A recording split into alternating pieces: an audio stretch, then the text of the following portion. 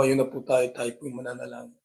Ama namin Diyos, sa sandali pong ito ay pinasasalamatan ka po ng iyong mga lingkod dahil patuloy mo po kaming binibigyan ng lakas at buhay na magpahanggang ngayon, Ama, ay taglay namin ang pananampalataya para patuloy kang sambahin at purihin ang iyong marangal na pangalang Yahweh. Sa bawat araw po ng aming paglalakbay sa magulong sanlibutan ito, ay patuloy mo po kaming pinuprotektahan, Ama. Ang pagliligtas ay aming natatanggap, subalit patuloy mo po kaming binibigyan ng mga pangangailangan namin sa araw-araw. Kung kaya, Panginoon po namin Diyos, kami ay nagpapasalamat po sa iyo. Patuloy ka po naming sasambahin sa nalalabing panahon ng aming buhay. Nakikiusap po kami sa iyo, Ama, na palakasin mo po ang mga lingkod mong nanghihina. Bigyan mo po ng pag-asa ang iyong mga anak. Mahabag ka po sa mga lingkod mong nagdurusa dahil sa mga karamdaman. Higit po sa lahat, dakilang Yahuwah. Dagdagan mo po kami ng matibay na pananampalataya upang kami ay makatagal at makarating sa hangganan ng aming paglilingkod sa iyo. Patawarin mo po, Ama, ang bawat isa sa amin dahil patuloy pa rin kaming nagkakasala upang sa ganun, Panginoon, ay patuloy po kami maging karapat-dapat sa iyong banal na harapan. Narito pong muli ang aming mga handog. Pakitanggapin mo po at basbasan ito, Ama, upang patuloy na magamit sa lahat ng gawain sa iglesia. Basbasan mo po ang aming kapatid na maghahayag ng iyong banal na salita, na siyang aming tanglaw, gabay sa patuloy naming paglilingkod sa iyo. Lubos ng aming tiwala, Panginoon, na dininig po muli ang aming pakiusap. Ang lahat po ng ito'y aming hinihiling tanging sa pangalan po ng aming Panginoong Yahushua na siyang aming tagapagligtas. Amen.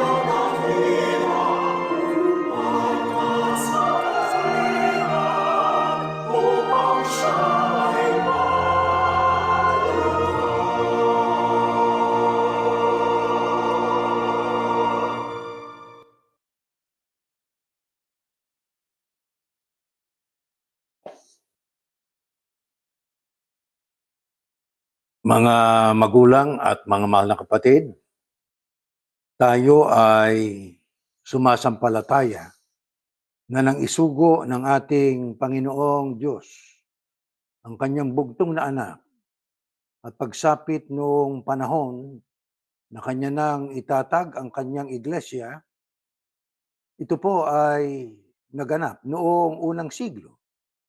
Ang ibig sabihin ay unang 100 taon, panahon ng ating Panginoong Yahushua.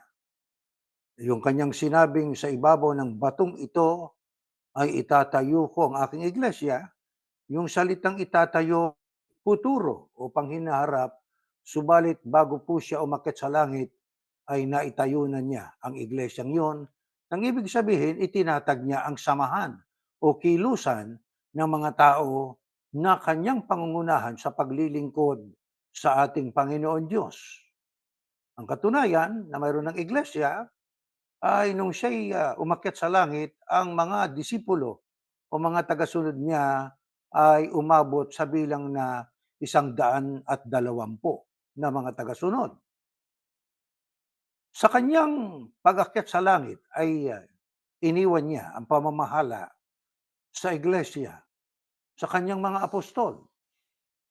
Subalit, bago sila nangaral, ay kanyang sinabi sa kanila na sila'y magpaiwan doon sa Jerusalem hanggang sa kanilang matanggap ang kapangyarihan ng Panginoon Diyos. Kaya araw po ng Pentecostes ay nagtipon-tipon ang mga apostol at ang mga alagad at doon ay kanilang tinanggap ang kapangyarihan ng Panginoon Diyos, ang Espiritu Santo.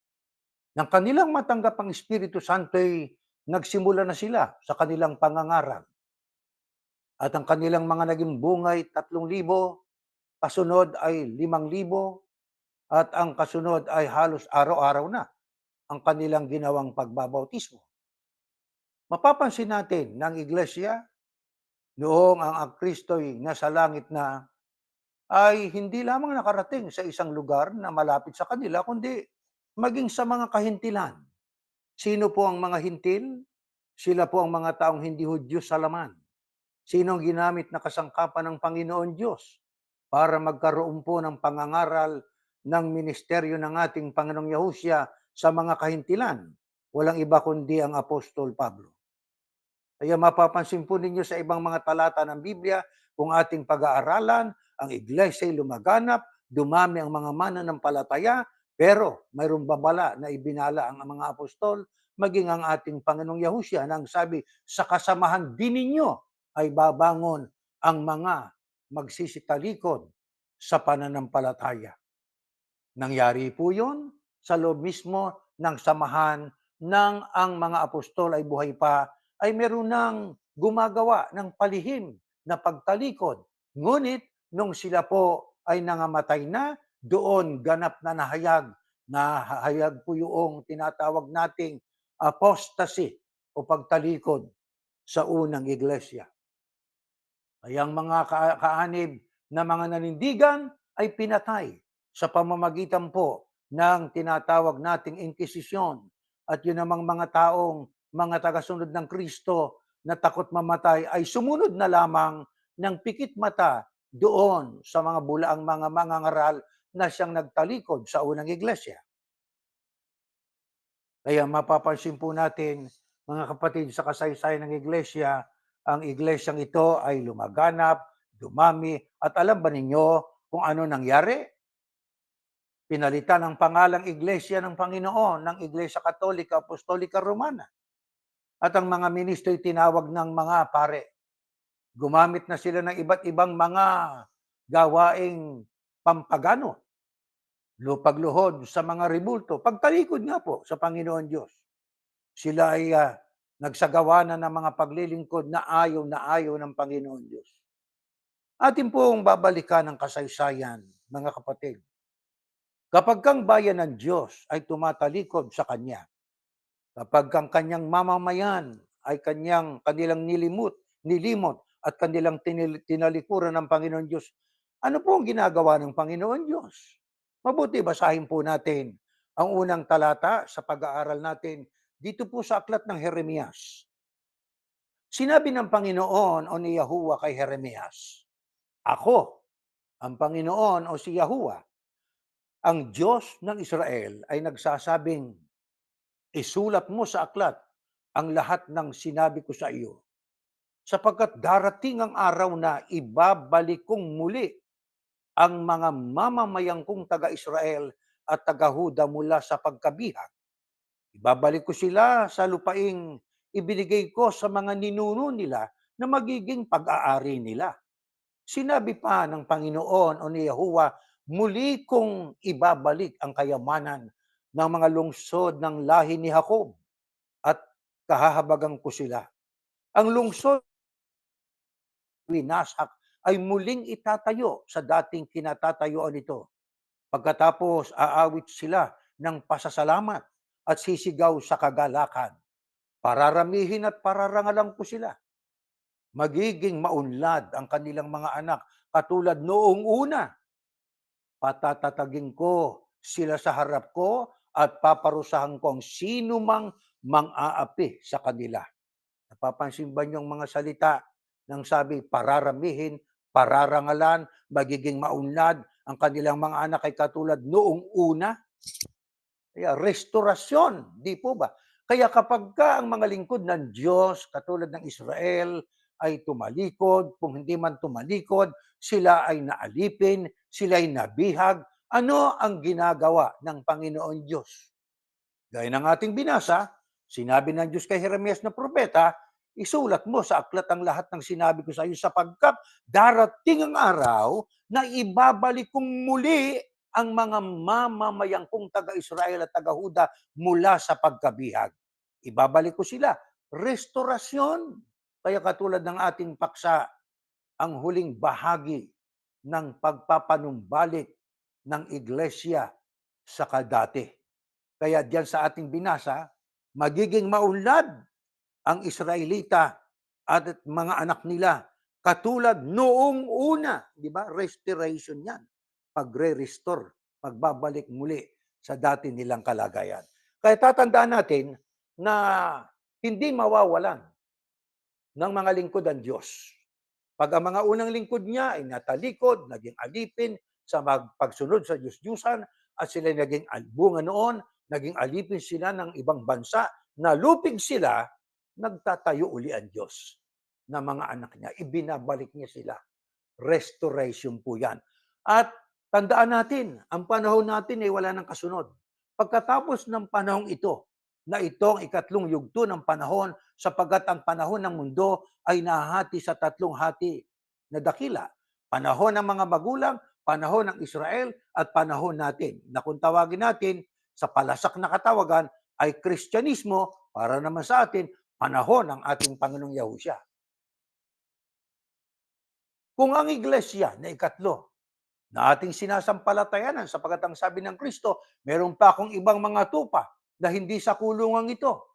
Sa inyong pangako, yan ang mga Hudyo, yan ang mga orihinal at mga pangunahing miyembro na tagasunod ng ating Panginoong Yahushua. Sa inyong mga anak, yun naman ay tumutukoy sa mga hintil. Sapagkat ang nangaral sa kahintilan ay isang Hudyo, kaya ang mga Hudyo pag sa pangangaral ng Ebanghelyo ay ang mga hintil, ibig kong sabihin sa pangangaral ng Ebanghelyo, naging anak ng Hudyo. Kaya nagkaroon ng grupo. Pero yan nga ang natalikod. Yan nga po ang mga pinagpapapatay, ang mga nanindigan, at ang mga marami ay sumunod para wag lang silang mapinsala. Natalikod po una iglesia. Meron pang matitira at maging yung nasa malayo. Ang malayong tinutukoy ng Biblia ay malayo sa kinalalagyan ng Israel na doon sa kanilang national hymn, anthem, ay tumutukoy po yan sa Misrak o sa malayong silangan. Kaya kung marami ring mga tao sa panahon natin noon at maging ngayon, ang tumututol ng iglesyang ito ay ang iglesyang tinutukoy na natupad sa Pilipinas, sila yon, bahala sila po ron. Hindi natin sila pinipilit. Pero tayo nananalig ng iglesyang ito na manggagaling sa malayong silangan sa mga pulo ng dagat. Yan ang katuparan ng ikatlong grupo ng iglesia na ayon sa ating Panginoong Yahushua, ibang mga tupa na wala sa kukulungan ito sa sentidong hindi pa nila kasama sa unang kilusan ng mga Hudyo at mga hintil noon. Tandaan natin, kapag ang mga lingkod ng Diyos ay tumatalikod sa Panginoon Diyos, ay meron siyang ginagawang restorasyon. Anong pagtalikod na ginagawa ng mga lingkod ng Diyos noon? Pagtalikod sa aral. pagtalikod sa kung anong iniutos ng ating Panginoon Diyos. Kaya ang pagtalikod ay ang pagtatakwil at ang pag-iwan sa pagsunod sa mga aral ng Panginoon Diyos at sila'y bumaling sa ibang mga aral na hindi ayon sa kalooban ng Panginoon Diyos. Ngayon, alamin natin po, sapagkat pagkabinasa po natin sa Bibliang Ingles, ang sabi rito sa aklat po ng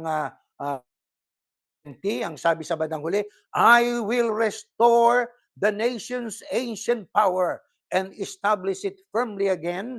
I will punish all who oppress them. God restores His people. Kanyang nire-restora, o, pinapanauli, ibinabalik sa dating kalagayan. Restore, di ho ba? Ngayon, ating alamin mga kapatid, sapagat ang sabi po ay restore. Ang sabi rito ay establish. Ano ibig sabihin po niyan? Pupunta tayo sa ating talatinigan. Ito po sa ating next slide. Itong ating mababasang definisyon. Definitions from Oxford Languages re-establish verb to establish something again. So pag sinabing re-establishment ay muling itatayo. Di ho ba? Paano naman ang kahulugan ng restore? Yan po'y verb. Nang ibig sabihin ay bring back a previous right, practice, custom, or situation, reinstate. So pagka sinabi nating restore, to bring back a previous right or practice. Yung mga gawain nila noon, yung practices nila noon ay ibabalik sa dati. Kaya yan ang ibig sabihin ng restoration, bringing back the people of God into the right way of serving God. Because tumalikod sila, di ba? They turned their back from God, so they have to be restored by God sa pamamagitan ng pagbabalik sa kanila sa pagsunod sa kalooban ng Panginoon Diyos. Ayon po sa ating binasa. Ngayon, mga kapatid, ano ang dapat ding marestora? Sapagkat may mga pag nagtumalikod eh. Kaya yung tinalikuran nila, doon sila ibabalik. Ano po, sabi nga sa English what must also be restored? Ito sa isang aklat, sa Hayles Bible Handbook, ganito pong ating mababasa. Mga kapatid, the Imperial Church. Pag sinabing Imperial Church, yan po ang Katoliko of the 4th and 5th centuries had become an entirely different institution from the persecuted church. Yan ang iglesia na itinatag ng ating Panginoong Yahusya ng 1st century. Okay? So, the first three centuries. Kaya ang first 3 centuries, siyempre pa, unang siglo, 100 taon, second, ikalang siglo ay 200 years, at third century is 300 years. Di ho ba? Kaya ang iglesia noon ay nasa pagsunod. Yung iglesia na itinatag ng ating Panginoong Yahusya. Pero yung Imperial Church, that refers to the Catholicism, noong 4th and 5th centuries, had become an entirely different institution from the persecuted church of the 1st and 3 centuries. Tuloy natin ang basa. In its ambition to rule it lost and forgot the Spirit of Christ. Isipin niyo kaya yan ang iglesyang tumalikod na doon sa tunay na iglesyang itinatag ng ating Panginoong Yahusya. Ang sabi, in its ambition to rule it, lost and forgot the Spirit of Christ. Worship at first, very simple. Ang pagsamba nun ay napakasimple. Was developed into elaborate, stately, imposing ceremonies having all the outward the splendor that had belonged to the heathen temples. Kaya diyan po ay ating mababasa na dahil po sa pagtalikod na ginawa ng mga tao na nanggaling din sa loob ng samahan o kilusang itinatag ng ating Panginoong Yahusya, mga kapatid, ano nangyari? Nabago na. Ano yung pagbabago? Yung espiritu ng liderato, yung pamumuno ay nabago na. Di ba, mga kapatid? Kaya ang estilo ng kanilang pamumuno ay naging iba na sa paraan ng pamumuno ng ating Panginoong Yahusya. Doon dapat maibalik sa dati. Nabago na kasi. Kaya ang sabi nga po dyan di ba, ang Imperial Church na yan ang Catholicism of the 4th and 5th centuries had become an entirely different institution na bago na from the persecuted church. Yan ang tunay na iglesia na itinatag ng ating Panginoong Yahusya. Na dati ang pagsambay, napakasimple. Di ho ba? Simple ang pagsamba. Sapagkat kung ating matatandaan, kaya naging simple pagsamba noon, sapagkat ang iglesia nang matapos malipol o mawasak ang Second Temple, ang mga pagsamba at pagtitipon nila ay sa bahay-bahay. Napakasimple. Pero nung yan ay mapalitan, di ba, ang mapalitan ng iglesia na tunay ng imperial church na yun ang Catholicism ay na-develop, naging elaborate, naging imposing ceremonies, marami na po silang mga ginagawang pagbabago. At ang sabi, having all outward splendor that had belonged to the heathen temples. Kaya ang kanilang naging sistema ng pagsamba ay yung panglabas na anyo ay napakaganda. Talagang hahanga ka. Pero sa mga heathen temples naman, ika nga, maling paraan naman ng pagsamba. Katulad ng Katoliko. Sapagkat ang Katoliko ay ating sinasampalatayanan na yan nga po ang tumalikod sa unang iglesia.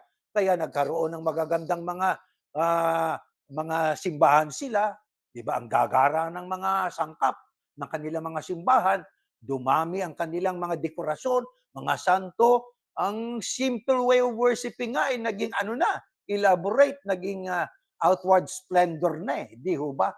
Gumanda yung kanilang mga altar, kung ano-anong mga mamahaling mga sangkap ang isinangkap nila sa kanilang. Ang simple na way of worshiping God ay naging pakitan tao na. Naging outward splendor, ang kagandahang panglabas na. Pero sa isang pagano at hindi makadiyos na paraan ang kanilang paglilingkod. Di ba mga kapatid? Kaya yan po ang nakasulat po dyan sa ating binasa. Kaya ang focus nila ngayon ay sa panglabas na, hindi na sa talagang tamang paraan ng pagsamba sa ating Panginoon Diyos. Lumagana po yan sa buong mundo. Kung tawagin nga nila, Universal Church. Na yan din ang hinuhulaan doon sa talata sa Apokalipsis, na yan ang Babylonia. Naging ina ng babaeng mapakiapid. Kaya tayo ay nang ipanganak tayo, Katoliko. Ang laganap. Di ba? Ang protestante, babahagyan na lang No, ako, ipanganak ako 1952 Wala akong nadidinig na ibang reliyon halos Puro Katoliko At ang pagdating sa bilang ng mga miyembro, ang majority talaga, ilang porsyento yan, ay mga Katoliko. Talagang marami. Bakit? Naging universal nga Di ba? Sapagkat kung ikaw ay hindi sasama noon sa mga pare, may paglalagyan sa'yo. Kaya meron silang inquisition Di ba? Kaya ang mga apostol alam nyo, nang usigin din sila ng mga ikalaban nila kung anong pinagagawa sila kanila. Pinatay sila, ang iba patiwarik, pinugutan ng ulo. Ang alam kong isang apostol na namatay sa isang karaniwang kamatayan si Juan Di ba? Wala nang iba. Ngayon, ito pa tanong natin. What characterized apostate rulership of the church after the apostles? Nang ang pumalit na sa iglesyang tunay ay ang Katolisismo, ano na ho ang nangyari ngayon? Ito, tingnan natin. Next slide. Sa Harris Bible Handbook sa 770, Leo I, 440 to 461 AD, called by some historians the first pope. Kaya ang unang papa, ayon sa mga historiador, ay si Leo I. The misfortunes of the empire were his opportunity. The East was rent with controversies. The West, under weak emperors, was breaking up before the barbarians. Leo was the one strong man of the hour. Malakas na tao yan nung panahon niya. He claimed that he was by divine appointment primate of all bishops. Aba, talagang siyang dakila sa lahat ng mga obispo. And 445 AD, he obtained from Emperor Valentinian III imperial recognition for his claim.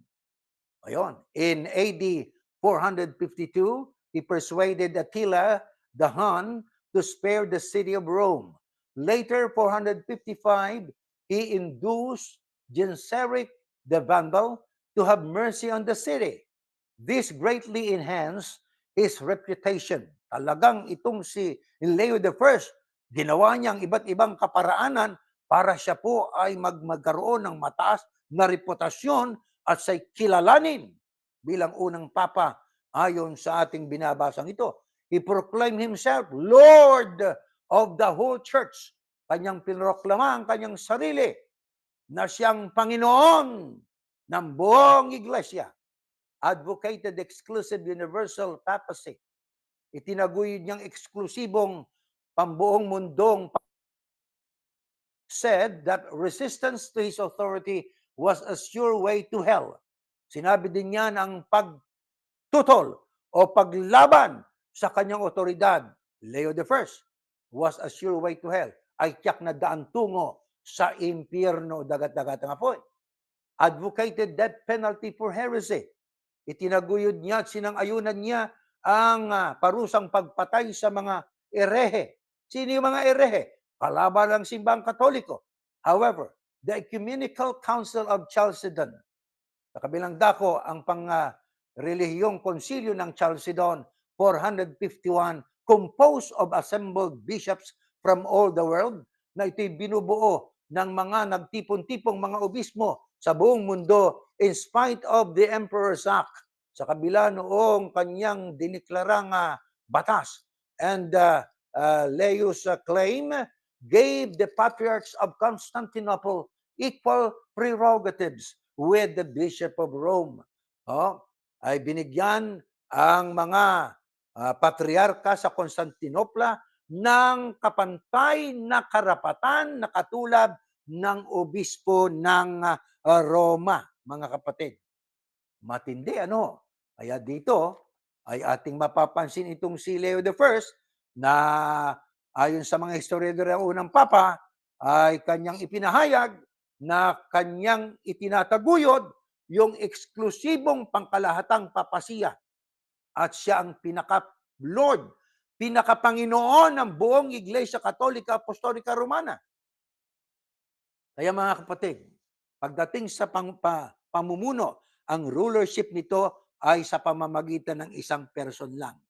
One executive leader. Di ba? Sabi nga sa Ingles. Ano ang ikakikilala rito? Ang kanyang ugali, iba. Iba kaysa ating Panginoong Yahushua. Ang Panginoong Yahushua, sabi niya sa mga alagad niya, kung ibig niyong sumunod sa akin, pasanin niyong inyong krus. Ibig ba niyong maging alagad ko? Bueno, pasanin niyong inyong krus, sumunod kayo sa akin. Kung ibig niyo, hindi niya pinipilit. Pero nung mamatay ang Kristo at nasa langit na, ang mga apostol ay pinagpapapatay na at nawala na, ang pumalit ay ang bunga ng pagtalikod na yan po ang papasin na nga po, iba na naging leadership niya. Makinig kayo sa akin. Ako ang Panginoon ng buong iglesia. Diba? At anong pang kanyang diniklara? At siya'y sumasang-ayon sa isang eksklusibo na pambuong mundong papasiya na mayroon lamang isang executive leader, leader o pinuno na ehekutibo at siya lamang ang may karapatan ng wika na makaugnay sa Diyos. Kaya ang mga tao noon, kung anong sasabihin ng Papa, amin sila. Sapagkat naniniwala nga sila ng Papa ang siyang may direct line sa Diyos. Di ba? Ano pa? Ang sabi pa riyan ang resistance to His authority was a sure way to hell. Pagka ikay lumaban sa Kanya at hindi ka nagpasakop sa Kanya, tiyak na daan yun tungo sa impyerno. At kasalanang hindi pwedeng patawarin. Walang kapatawaran. Unforgivable sin ang hindi pagsunod sa leader nila. Alam niyo mga kapatid, may nakakahawig yan pero mamaya, siguro, sa sunod nating mga pagsamba, marami pa tayong mga pag-aaralan na lalong mag-i-enhance ng ating pong kaalaman tungkol sa kasaysayan ng mga lingkod ng Diyos pagdating sa panahon ng ating Panginoong Yahushua, lalo na sapagkat yan ang panahon na ating kinapapalooban, di ba? Ay lalong lumawak ang ating kaalaman.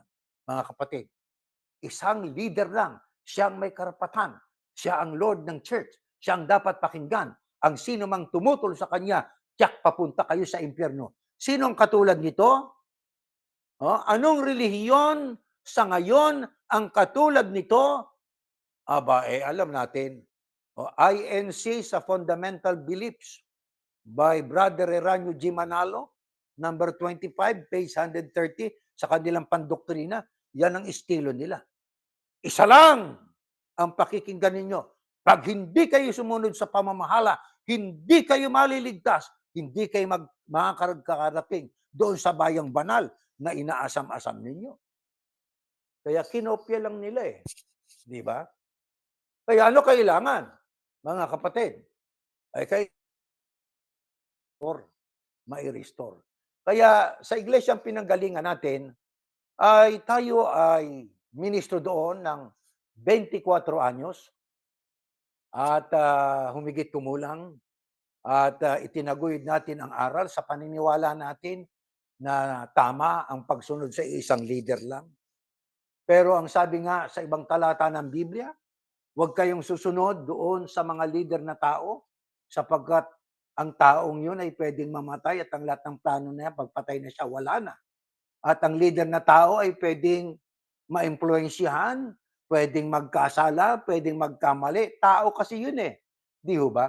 Pero may isang tao na dapat nating pagtiwalaan ng walang tanong-tanong sapagkat siya'y leader na hindi nagkasala, perpekto, walang iba, kundi ang ating Panginoong Yahushua HaMashiach. Pero other than Him po, lahat ng mga taong naglilider-lidiran sa relihiyon na kanilang kinabibilangan, mga taong pwedeng maimpluwensyahan, nagkakasala, pwedeng kayong iligaw nyon. Alam nyo, yung tumalikod sa unang iglesia, ang Papa, kinopya lang yan ng Iglesia ni Cristo. Kaya, ang Papa, siya ang Papa, ang pinaka-leader, di ba? Sa Iglesia ni Cristo, mayroong executive minister. Sila daw ang may rektang kaugnayan sa Diyos. Sabi ng Papa, pag tumutol ka rito, impyerno ka. Sabi naman doon sa iglesia, pag hindi ka nagpasakop, dagat-dagatang apoy ka. Magkapareho eh. Di ho ba, mga kapatid? Kung ang Papa ay mayroong Swiss na mga guards, dito naman may scan. O di ba? Pareho eh. Pareho. At saka pag hindi kang wika nagpasakop dyan, hindi ka pakikinggan ng Diyos at susumpain ka, magdidilim ka. Ganun sila eh. Di ba? Ngayon, pag-aralan po natin, mga kapatid. Ang ating Panginoong Yahushua, bago umakyat sa langit, meron ba siyang in-appoint na maging executive leader? Baka sinabi niya, bueno, ako'y aakyat na sa langit. Ako'y doon na sa kanan ng aking ama. Iiwanan ko kayo rito. Kailangan magkaroon din dito ng isang visible head na leader na executive minister din dito sa lupa. Ganun ba yon? Ito, basahin natin ang Biblia. Next slide. 23. You must not be called teacher because you are all equal and have only one teacher. Kaya pinagbawal ang patawag na guro sapagkat ang guro ang nagtuturo. Isa lang ang tagapagturo, ang Panginoong Yahushua. Siya lamang ang isinugo ng Ama para magturo ng dalisay na ebanghelyo. At ano sabi? Kayong lahat ay mayroon bang tataas sa atin? Executive, mayroong second to the executive. Wala eh. Ang sabi, because you are all equal and have only one teacher. And you must not call anyone here on earth Father. Diyan, bagsak ang Katoliko naman, yung pare. Di ba? Hindi mo naman kaana-ano.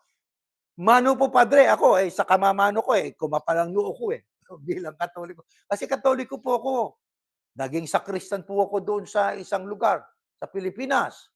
Mano po, Father, hanggang sa paglaki. Mano po, Father. Pero nung magkaisip na tayo ng gusto, at marami na tayong napapakinggan, teka muna, ba't ko tinatawag itong Father? Hindi naman to asawa ng nanay ko.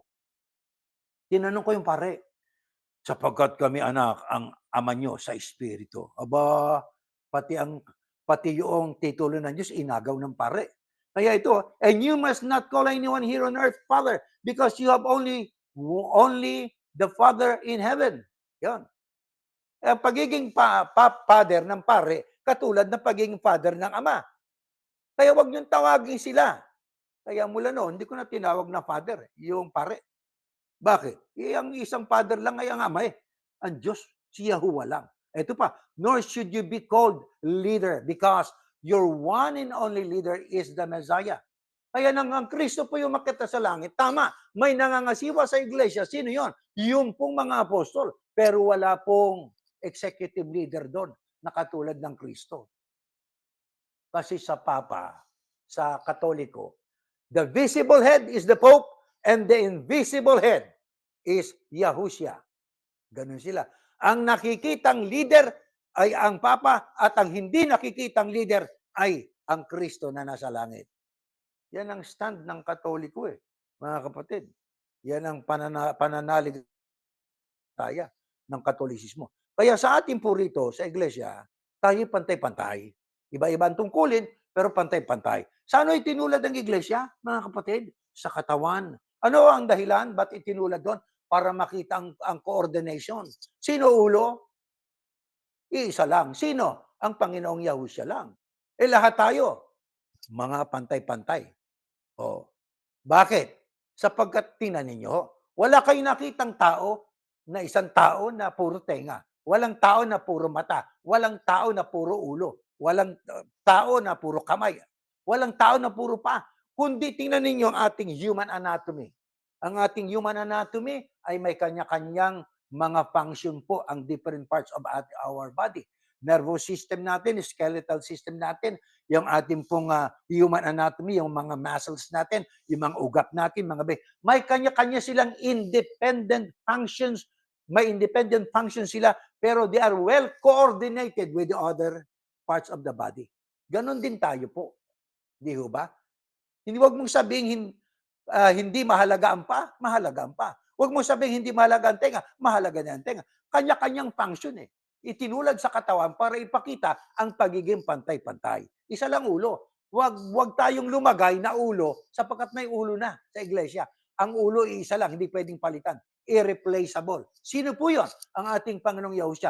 Tayo, pantay-pantay. Bahagi ng katawan, iba-iba function, pero pantay-pantay. Huwag kang umastang ulo, bahagi ka rin lang ng katawan. Di ba? Sa iglesia po na ating pinanggalingan, ganun din eh. Di ba? Sino daw ang visible head? Tagapamahalang pangkalahatan. O di kung sino ngayon ang tagapamahalang pangkalahatan. Yung pong titulong tagapamahalang pangkalahatan, para kanino po yun? Hindi ba sa Kristo lang?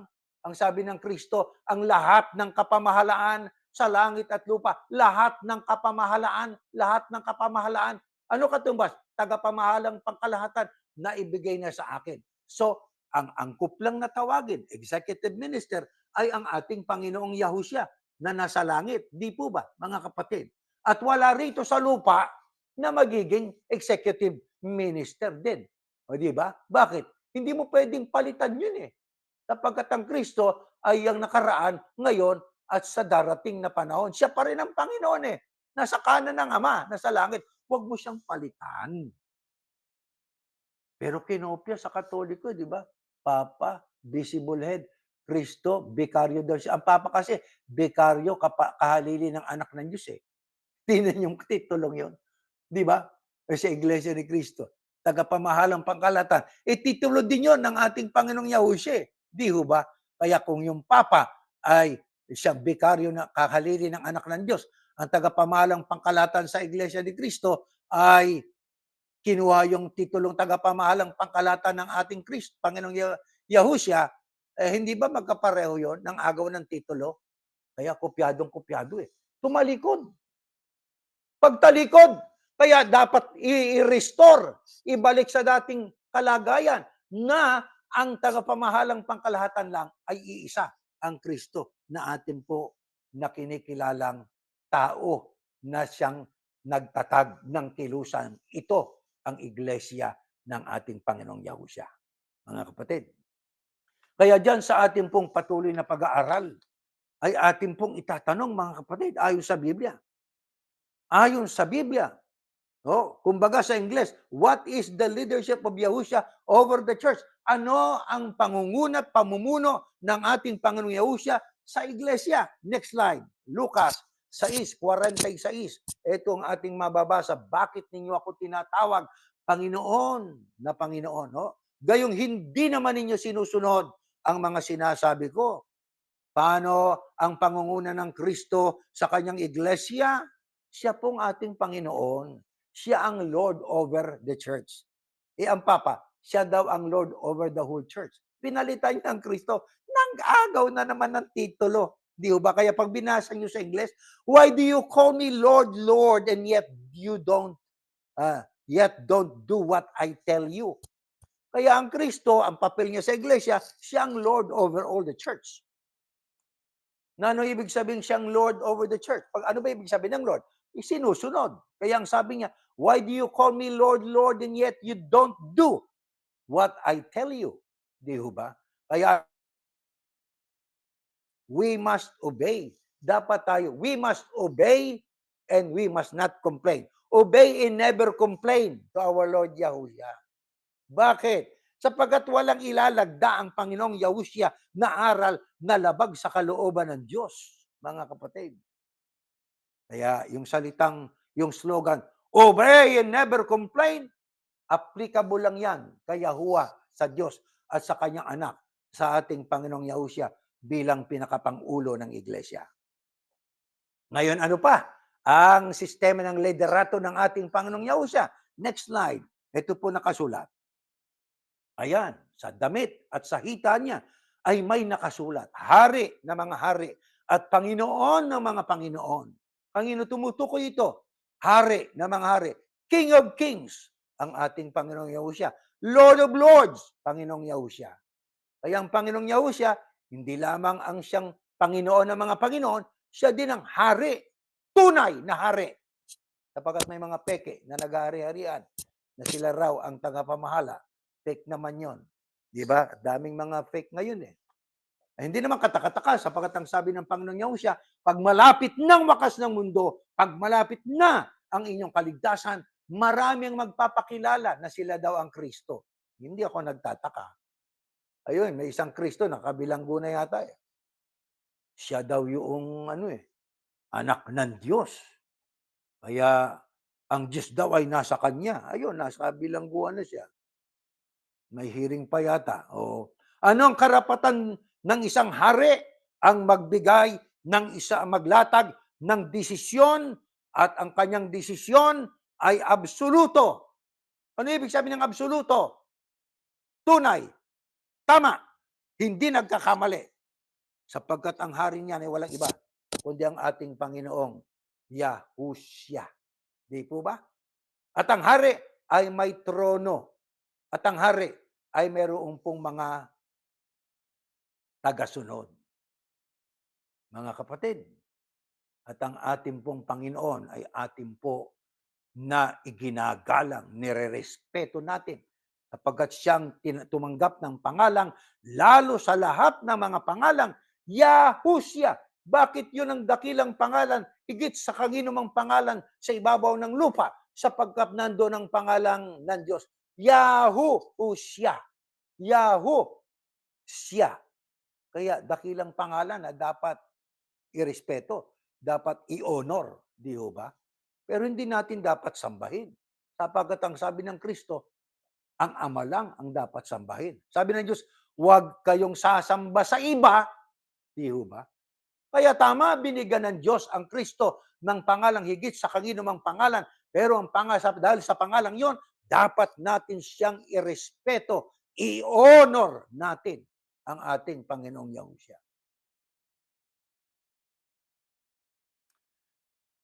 Kaya yung mga iba, kung mayroong puritong kung umasta ngayon sa kanilang relihiyon, siya daw ang executive, no? Siya daw ang papa, siya daw ang pinakapuno, kinatatakutan, di ba? At saka ang kanyang order ay iba doon sa order ng tunay na hari. Di ba? Kung ang Kristo ba ay may sinabi, kung sino ang hindi nakatala sa inyo dito sa lupa, ay hindi matatalang pangalan niyo sa langit. May sinabi bang Kristong ganon? Pero kung mayroong leader na nagpipilit, nagpagka hindi kayo nakatala sa iglesyang ito, hindi matatala ang pangalan niyo sa langit. Meron bang ganon? Meron. Alam niyo yon. Yan ang, yan ang hari na dapat mabalik sa dati. Magbalik loob sa Diyos yun. Sana mahimas-himasan. Isipin yung kapangyarihan yon, di ba? Pag hindi kita itinala rito, hindi ka itatala ng Diyos sa langit. Sige ka. Takot na takot ang marami dyan. Pero kahit ikay nagkasalat na tiwalagkat, magbalik loob ka rito, itatala kita rito sa lupa, itatala ka rin ng Diyos sa langit. Aba, ginagawang sunod-sunuran ng Diyos. Di ba nyo namamalayan yon, mga kapatid? Namalayan namin yon. Sabi namin, kapatid, mukha yatang salamat sa Diyos at tayo naalis na ron. Bakit? Nakita natin ang depekto ng mga aral. Isipin ninyo yung kapangyarihan yon. Di ba, mga kapatid? Itatala ka niya, saka lang susunod ng Diyos. Pagka inalis ka rito, susunod din ng Diyos. Ay, ang Kristo, nung narito pa sa lupa, wala siyang ganong ginawa. Itong leader na ito na nagpapakilalang executive daw, tagapamahalang pangkalahatan, aba, lumikha ng kapangyarihan para katakutan. Yan ang kung tawagin natin ay fear tactics. Pananakot na taktika. Intimidation sa mga miyembro. Kaya yung mga miyembro, naku, ayaw ko maalis. Bakit? Maalis po ko sa talaan eh. Pag naalis po ko sa talaan, hindi na ako maliligtas.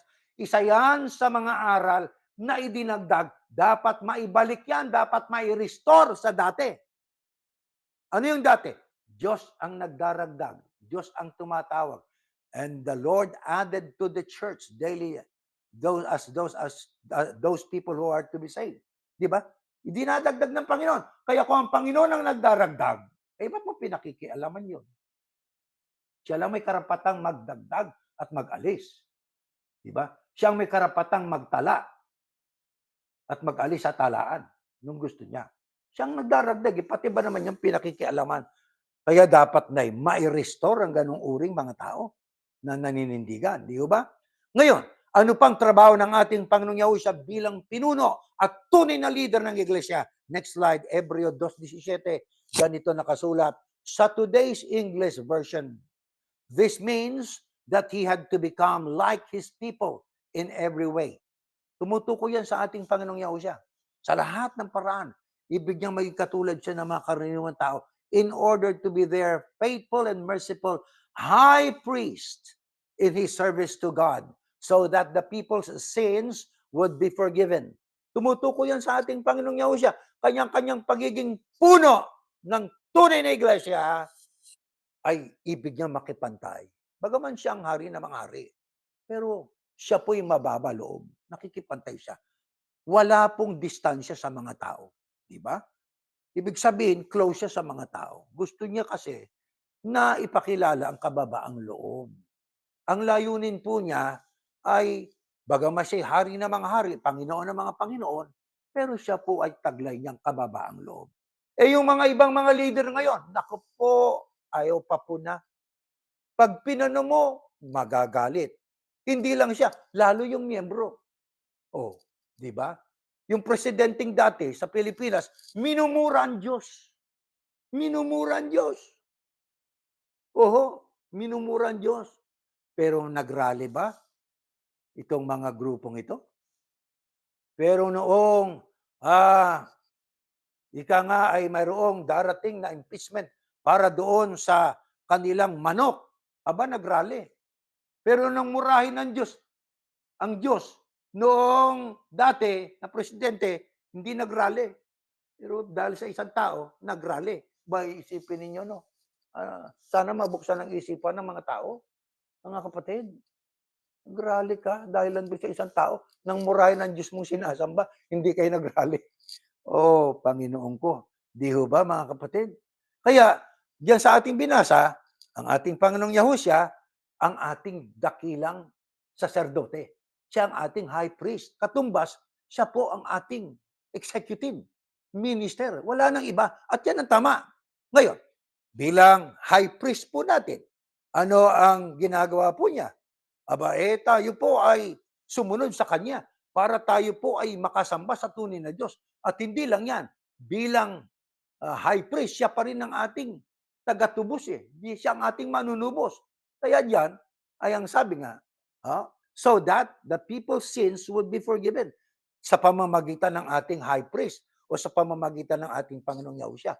Eh yung bang leader ng relihiyon na nagpapakilalang bikaryo ng anak ng Diyos, kahalili ng anak ng Diyos, yun ang Papa. At ang TP o tagapamahalang pangkalahatan na hindi naman dapat tawaging tagapamahalang pangkalahatan. Pero for the sake ng ating pagsamba, para lalong maging familiar tayo sa psalm na yun, TP, tagapamahala, mga kapatid, isipin ninyong karapatan na may nakakapagpatawad ba ng kasalanan yon?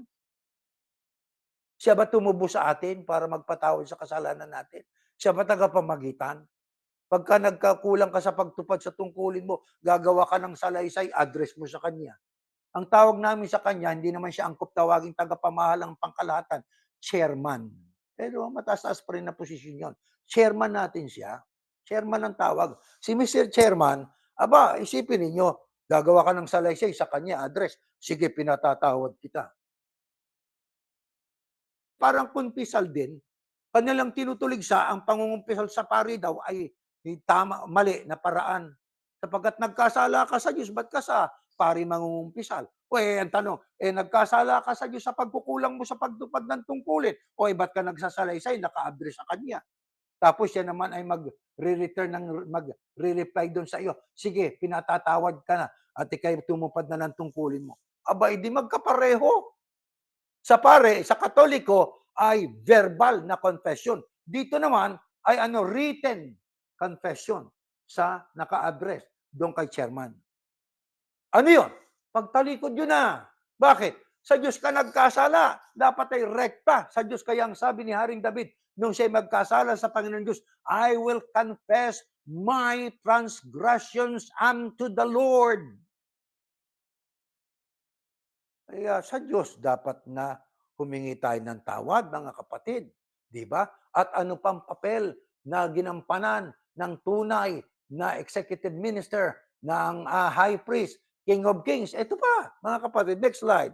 Basahin natin. For there is one God and one mediator between God and men, the man Christ Yahushua. Mediator pa. O ba't ikaw ay para kang ang maaktong mediator na pinatatawad? Sabi naman ng pare, alam nyo kasi, sa pakumpisalan, merong maliit na ano yan, na room, no? Parang may isang bukod na bahay-bahay maliit. Doon sa magkabila, nakaupo sa gitna yung pare. Tapos may sliding window. Pagka may naramdam niya may nakaupo na, may nakaluhod na ron, bubuksan niya. O ano anak ang kasalanan mo? Padre, ako po ay nagnakaw. Madali lang yan, sabi ng pare. Sa 5 Aba Ginoong Maria, 5 Gloria Patri, 5 Our Father, tapos na. Mapapatawad ka na. O, nagnakaw ka. Ano ninakaw mo? Lubid. Madali nga. Yung 5 Ama namin, 5 Glory be to the Father, patawad ka na. Kaso, Padre, sa dulo may sumunod na baboy eh. May baboy, hindi mo sinabi. Pero dagdagan natin yan. Gawin mong 20 Ama namin, 20 Aba Ginoong Maria, ay, mapapatawad ka na. Sunod naman kami. Yun ay istorya lang naman. Di ba? Ibig lang sabihin, depende sa bigat ng kasalanan mo, magpapasya yung pare. Kung ilang bilang na Aba Ginoong Maria, uusal-usal na naman, Aba Ginoong Maria, Aba Ginoong Maria. Aba, hindi pala Ginoo si Maria.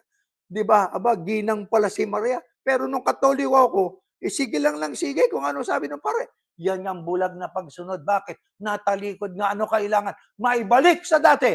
Diyos. Sa Diyos ka. Sa Diyos tayo dumirekta. O, di ba?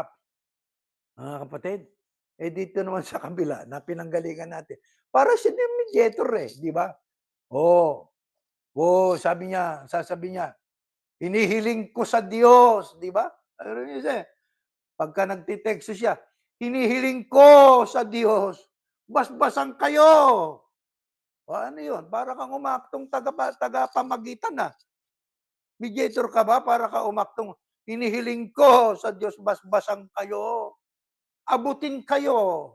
Ikaw, hindi mo kailangan ng basbas? Ayaw mong abutin ng Diyos? Alam nyo, nung kami nag-aaral sa ministeryo, itinuturo sa amin pang nagsasalita at nagtuturo kayo, lagi niyong isama ang sarili niyo. Hilingin natin sa Ama. Hindi yung hinihiling ko sa Diyos. Di ba? Kaawaan tayo, hindi yung kaawaan kayo ng Diyos. Dapat kaawaan tayo ng Diyos.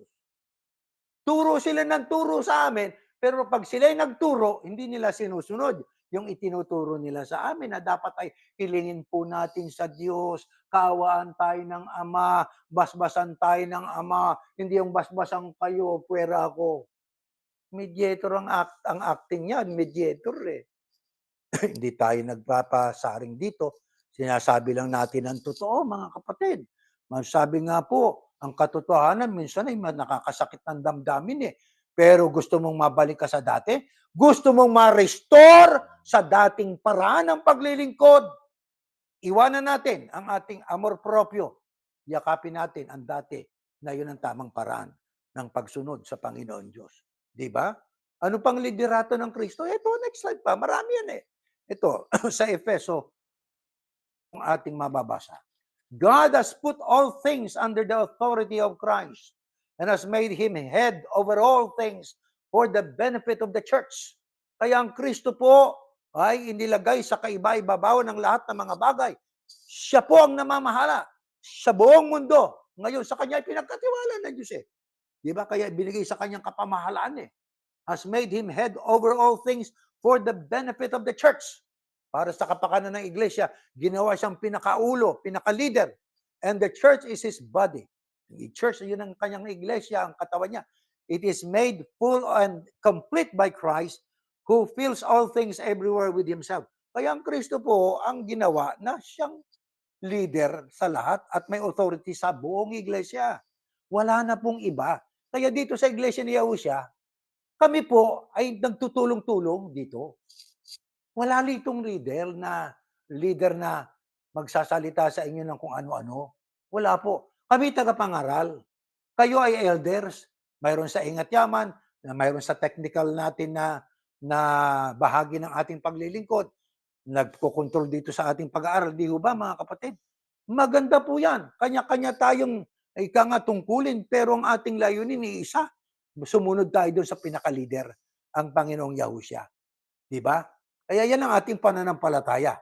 Pero ang tanong po rito ganito, why do some believe that there should be one executive leader over the church? Bakit may mga naniniwala na relihiyon na dapat magkaroon talaga ng overall na executive leader over the church? Ano po ang dahilan? Ito po ang dahilan. Next slide. Basahin po natin itong referensya natin. Manual of Christian Doctrine by a seminary professor. Mayroong ni Hillobstadt, ni N.F. Fisher, ni Censor Lebrurum, Arthur Scanlon, and Deputatus Imprimatur. Yan ang mga nagpahintulot na sumulat, nagsuri bago po inilathala ito. What is the Catholic Church?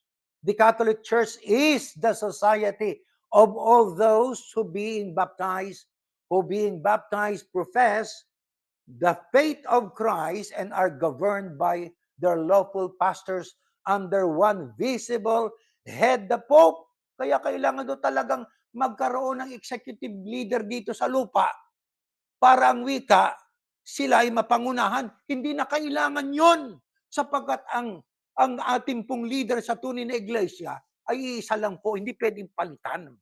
Yung ginawa nga ng Katoliko, di ba, ay nagkaroon sila ng visible head, yun ang Papa. Parang katulad din sa pinanggalingan natin, visible head, kung sino nakaupo. Si chairman. Di ba? Magka-pares eh. Ano po yan? Yan ay mga aral na pagtalikod. Kaya ano kailangan? Ibalik sa dati. Ano layunin? Para ating pong masunod ang tamang aral at ating mapaluwalhati ang ating Panginoon Diyos. Wala na pong iba. Ang mga apostol ba, meron silang kinilala na visible na executive leader nila? Ito po, pakinggan natin. Next slide. Sa Galatians 2:9, 8:9. For by God's power I was made an apostle to the Gentiles. Si Apostle Pablo po ito. Just as Peter was made an apostle to the Jews. James, Peter, and John, who seemed to be the leaders, recognized that God had given me this special task. So they shook hands with Barnabas and me as a sign that we were all partners. Kaya walang executive. Alam kasi nilang executive leader, the chief shepherd is our Lord Yahushua. Di ho ba? Kaya ang mga apostol noon, ang sabi nila, as a sign that we were all partners, we agreed that Barnabas and I would work among the Gentiles and they among the Jews. Kaya ang mga apostol, walang tagapamahalang pangkalatang visible, kundi alam nila isa lang ang angkop na tawagin tagapamahalang pangkalahatan, ang Kristo, si Yahushua lang. Silang lahat, we are all partners. Nagtutulong-tulong sila para po sa kapakanan ng iglesia, mga kapatid. Ano ang ibinala ng Apostol Pablo? Oh, na naniniwala na mayroon lamang iisang leader at walang iba kundi ang leader ng tunay na iglesia, ang Panginoong Yahushua. Ito, pakinggan ninyo. Next slide po. Sa 1 Corinthians, ito nakasulat. When one of you says, I am a follower of Paul and I follow Apollos, aren't you acting just like people of the world? Kaya dito sa iglesia, panahon ng mga apostol, palibhasa alam nila, ang kanilang sinusunod ay isa lang, ang Panginoong Yahushua. Pagka ang isang tao o kasama nila ay nagsabi, I am a follower of Paul, and another says, I follow Apollos, aren't you acting just like the people of the world? Hindi ba umaasa kayong para kayong tao ng mundong ito, makamundo? So don't boast about following a particular human leader, for everything belongs to you, whether Paul or Apollos or Peter or the world or life and death or the present and the future, everything belongs to you and you belong to the Christ Hamasiach, and the Christ Hamasiach belongs to God. Kaya mga kapatid, palibhasa, alam ng Apostol Pablo, isa lang po ang executive leader, isa lang ang chief shepherd, siya lang ang ating Panginoong Yahushua. Kaya walang magsasalita, I am a follower of Paul, I am a follower of Apollos. No, kailangan po lahat tayo, we all belong to our Lord Yahushua HaMashiach, sapagkat siya po ay siyang isinugo ng Ama para maging leader sa kilusang itinatag niya. At ang Kristo naman belongs to God. Kaya ano po ang pahayag ng Apostol Pedro sa mga nangunguna sa iglesia? Katunayan na wala ritong visible head. Ang visible head natin, although He is not with us now, ay ang Panginoong Yahushua. Tayo rito, ang mga namumunong mga ministro, ay mga namumuno sa pagsamba. Pero hindi tayo, kumbaga tawag sa atin, under shepherd tayo eh. Ang chief shepherd, ang Kristo, tayo under shepherd. Tayo katulong lang. Kaya sabi ng mga apostol, we are all partners. Kaya dahil dyan, ano sabi ni Pedro? Next slide, ganito nakasulat. Sa unang Pedro 5. To the elders among you, sabi ni Apostol Pedro. Bali ba si Apostol Pedro ang unang papa sa Katoliko daw? Pero alam nyo, hindi totoo po yun. Sapagkat dito sa sinabi niya, to the elders among you, I appeal as a fellow elder. Pareho lang tayo. I appeal as a fellow elder. Magkakapantay lang eh. Walang executive na siyang unang papa, na siyang magmamando. Ba't pa niya sinabing, I am a fellow elder, kung siya po'y mas mataas kaysa ibang mga apostol, di ho ba? Kaya ang mga tao ay naligaw. May awan Diyos, sana sila po ay mabalik sa dati. Ay tuloy natin ang basa. A witness of Christ's sufferings and one who also will share in the glory to be revealed. Kapag na-revealed po yung glory na yun ang kaligtasan. Si Apostol Pedro kasama ng iba pang mga elders ay mayroong pong dinanas na kahirapan. Pero pag na-reveal yung glory na yun ang pagpapakita ng Kristo sa rapture. Yun ang inaasahan din natin, mga kapatid. Makakasama natin siya. Ang sabi, be shepherds of God's flock that is under your care, serving as overseers, not because you must, but because you are willing as God wants you to be. Not greedy for money. Kaya bawal yung ikaw ay nangunguna sa iglesia, pero eager, gustong-gusto mo yung kwarta, but eager to serve, na mayroon kang pagnanasang maglingkod. Walang ibang ulterior motive, kundi ang maglingkod. Gabayan ng mga kapatid sa paglilingkod, di po ba? not lording it over those entrusted to you. Huwag kang magpapapanginoon na para kang hari sa mga taong nasa under natin. But being examples to the flock, kundi maging mabuting halimbawa sa flock. Kapagkat ang nangunguna ay dapat po maging manguna rin sa pagsunod. Di ho ba? Sapagkat a great leader is a great follower. And when the chief shepherd appears, tumutukoy sa Kristo, you will receive the crown of glory that will never fade away. Kaya yan po ang pag-asa. Kaya sa unang iglesia, pantay-pantay. Na ang Kristo na sa langit na, walang tagapamahalang visible na tagapamahalang pampalatan. Wala. Wala po. Sila yung mga partners sa pangangaral. Ang kanilang chief shepherd ay ang Panginoong Yahushua. Yan din ang ating pananampalataya bilang mga iglesia ni Yahushua. Tayo pantay-pantay, equal po tayo rito. Hindi lang natin ka-equal ang ulo ng iglesia sapagkat siya po may authority sa lahat. Di ba? Bilang Panginoon natin, tagapagligtas, tagapamagitan, tagatubos, siya po at nakilalanin. Kaya kung mayroon pong mga samahan, na mayroon pa silang kinikilalang parang Kristo nila, sana po iwan natin ang ganong paniniwala. Nagdaramdam ang Kristo, nagdaramdam ang Panginoon Diyos sa ganong parang. Bakit? Pagtalikod po yun sa katotohanan, bumalik tayo para tayo po ay maging dapat sa Panginoon Diyos.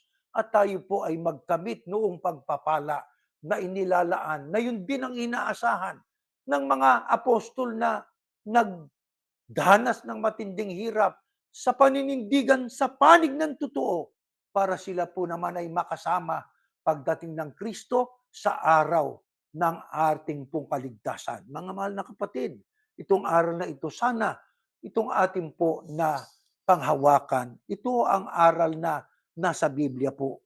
Huwag tayong sumama, manapa, atin pong tulungan na sana'y makaunawa din po ang marami pang mga tao na sila man ay makapagbalik, mai-restore sa tamang paglilingkod. Ang Diyos ay nagbukod ng napakakaunting labi ng ikatlong grupo ay tumalikod na sumama sa leader nila. Saan manggagaling yan? Sa malayo, sa mga wakas ng lupa, sa mga pulo ng dagat. Kaya nagkaroon ng restorasyon sa restored na church na ito. Kukunti lang ang tagasunod, pero yung kukunting yun, sumunod sa ating Panginoong Yahushua. Ito yung mga restored church. Ito yung na-restora na iglesia, na ibalik na sa dating tamang kalagayan. Saan nandun ang marami? Doon pa sa ganung samahan. Kaya tayo sana'y magpagamit na kasangkapan para ang mga tao po sana ay makaunawa din po gaya ng ating naunawaan sa awa at tulong ng Ama ay kanya din po maunawaan sana ito.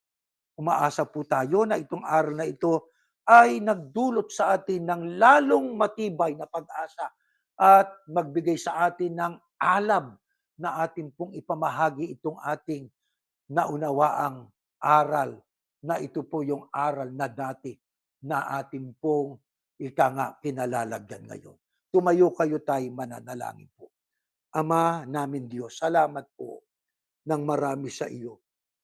Amin pong ikinagagalak sapagkat muli mong sinasariwa sa isipan namin na kapag ang bayan mo ay naliligaw at tumatalikod sa iyo, palagi mo silang inirerestora, ibinabalik mo sila sa dati sapagkat mahal mahal po ang mga tao. Gaya po sa mga huling araw na ito, Ama, ay meron din po na nagaganap na mga pagtalikod sa iyong mga aral. Kaya may gawain ka, may kilusan ka sapagkat Diyos kang mapagmahal, Diyos kang mapagpahinuhod, lagi kang naglalaan ng pagkakataon, maraming pagkakataon para ang tao ay magbalikwas at magbalik loob sa iyo, pagsisihan ang mga kamalian at gawin kung ano yung tama. Ama Diyos, salamat ng marami sa mga huling bahaging ito sa panahon namin.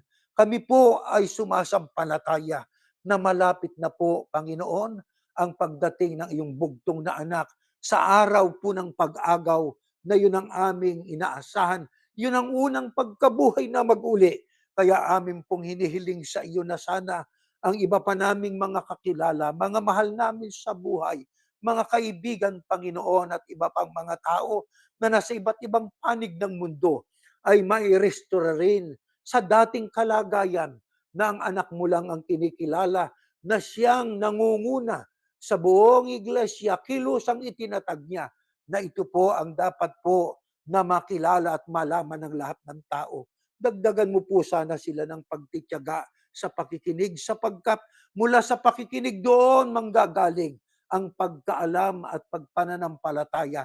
Hinihiling namin na sana paspasan mo rin ang mga pinuno ng mga bansa, ang mga pinuno ng mga relihiyon at ang mga taong nasa kapangyarihan upang ang mundo ay magkaroon pa ng kapayapaan at ang mga aral na ito ay makarating pa sa mga tao upang magsiyasat, upang sila man ay matuto na kanilang pag-aralang mabuti ang mga salita mo habang may pagkakataon pa. Salamat ng marami.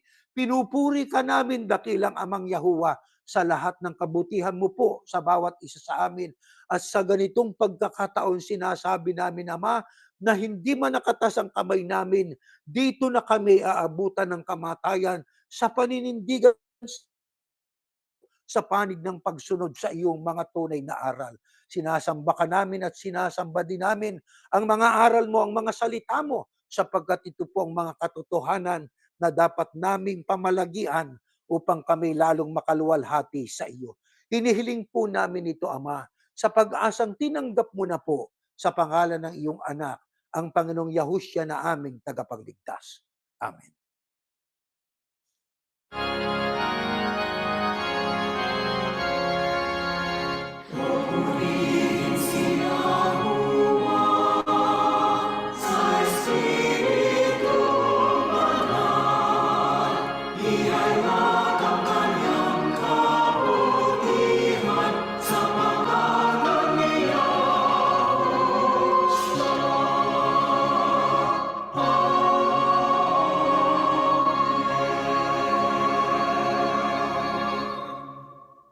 Ang biyayang pagliligtas ng ating Panginoong Yahushua, pag-ibig ng Diyos na si Yahuwa, at ang patuloy na pagkikipisan ng Espiritu Santo, dalawang sumaating lahat ngayon at magpakailanman. Amen. Mga kapatid, meron tayong ilang mga tagubilin po. Please join us every Thursday, 9 p.m. Eastern Time, 6 p.m. Pacific Time for our Bible study program called 1001 Billion Questions. At patuloy nating hindi pinapanalangin ng buong tao, isang katauhan po, ano? Kaya nang naipanalangin na po natin, lahat ng ating kapwa-tao, mga pinuno ng mga bansa, mga nasa kapangyarihan, na sana po ay tayo ay magbalik loob sa Diyos para tayo matuto ng magandang pag-uugali at tayo makaluwalhati pa sa tunay na Diyos na si Yahuwa. Hanggang diyan po at tayo natatapos na.